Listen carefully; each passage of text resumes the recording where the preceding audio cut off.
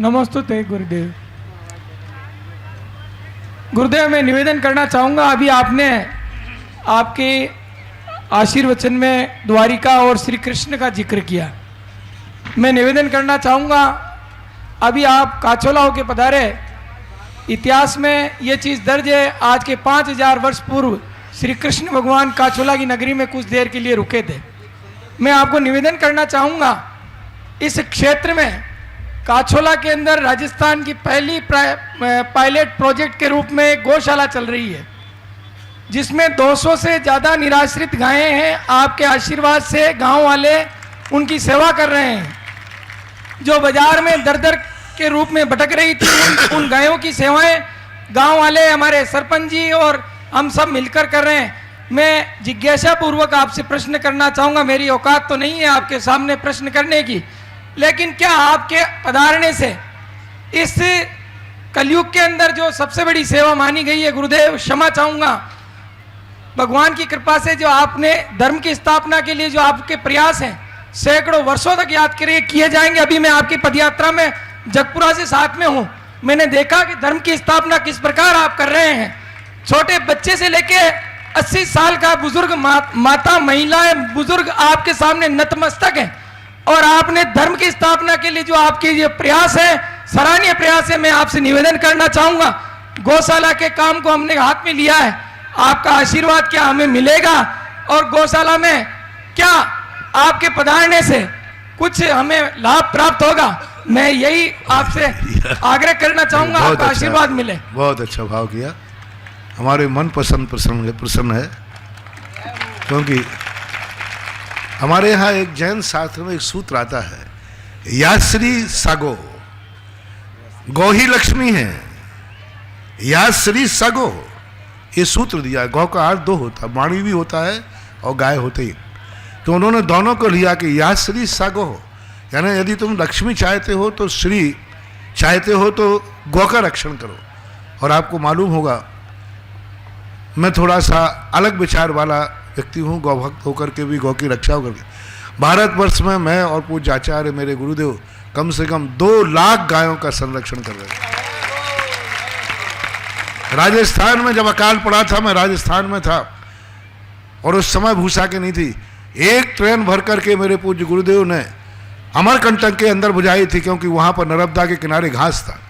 यहाँ गायें मर रही थी, गायें भूखी थी, भूसा भी नहीं मिल रहा था।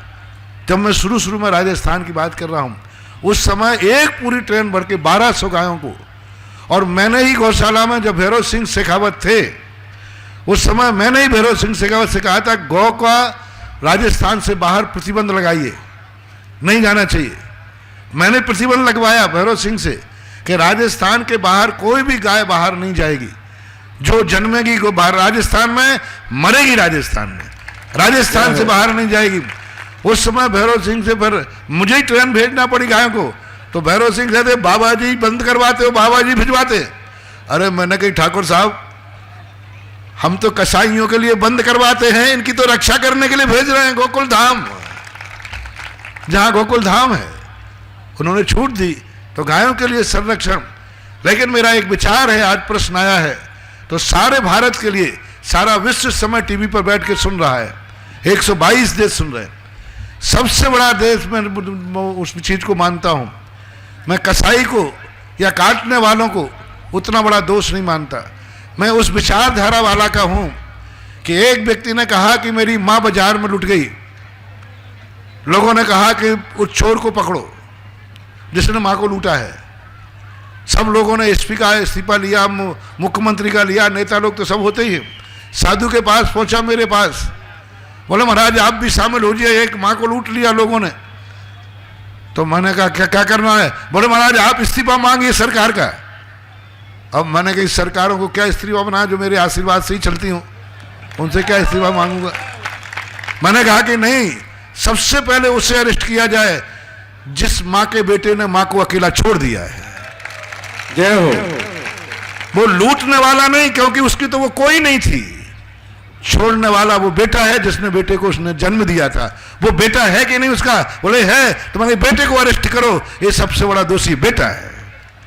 आज मैं इस बात पर, आपने कहा तो मुझे मुझे जोश आता है इस बात पे कि हम हमारे भारतवासी हम गौ माता के भक्त हैं, गाय को हम मानते हैं और सबसे ज्यादा गाय हमारे पास है।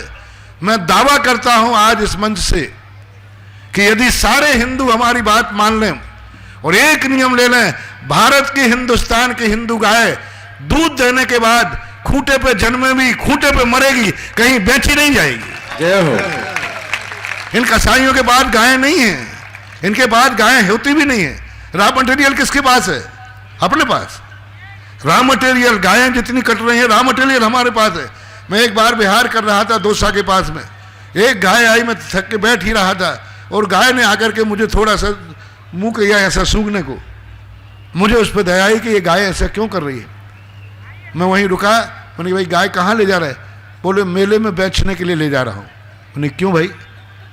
इसने तुम्हें दूध पिलाया? बोले 5 बार। 5 बार दूध पिलाया। मैंने कितने में बेचोगे? बोले महाराज 400-500 रुपये में बिक जाएगी। मेरा हृदय धक रह गया।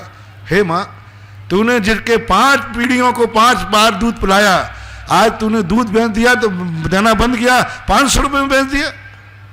और 500 रुपये में खरीदने वाला कसाई ही होगा, 500 रुपये में खरीदने वाला कसाई ही होगा। हम सब भारतवासियों के लिए, सारी दुनिया के RSS, परिरंग और सब जैन संस्थाओं के लिए सबसे एक अभियान चलाओ। अजमेर जिले के अंदर मैंने पूरा एक अभियान चलाया था। 21 गांव के लोगों में धारणा थी कि गाय अपने खूंटे में मर जाए तो अभिशाप होता है।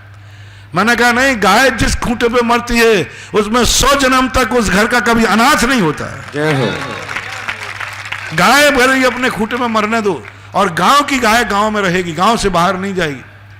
अपना गांव बनाओ, ठीक है, एक जने नहीं पाल कर रहे, जैसे अपन गौशाला चला रहे 200 गायें, एक गांव वाला, क्योंकि सब लोग एक साथ पालन नहीं कर पाते।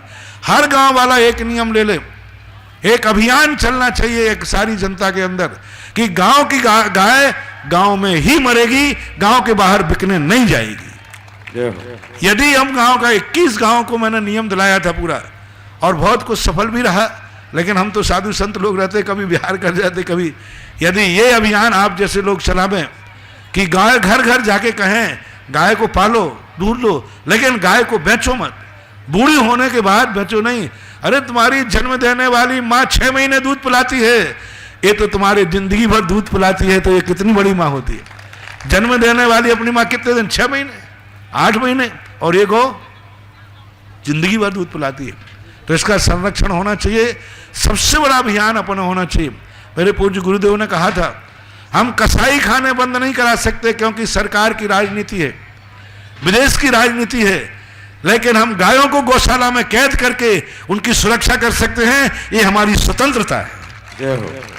देखना भैया मानवा, हमारी आज स्वतंत्र देश की आजादी क्या है कि गाय को हम रक्षा कर सकते हैं, और हमारी परतंत्रता क्या है? गाय काटने वाले बूचड़ खाने बंद करने का हमें अधिकार नहीं है। हम कहीं हड़ताल करते हैं तो यहां से बंद करके वो। इसलिए गायों के लिए, गौशाला के लिए मेरा सबसे कहना है, जो जहां है, क्योंकि सारा भारतवर्ष के लोग बैठे, कहीं भी गौशाला, हमें तो भारतवर्ष की सब गौशालाओं से प्यार है और सब हमारी गौशाला हैं। और गाय, भारत देश में गाय नहीं कटना चाहिए।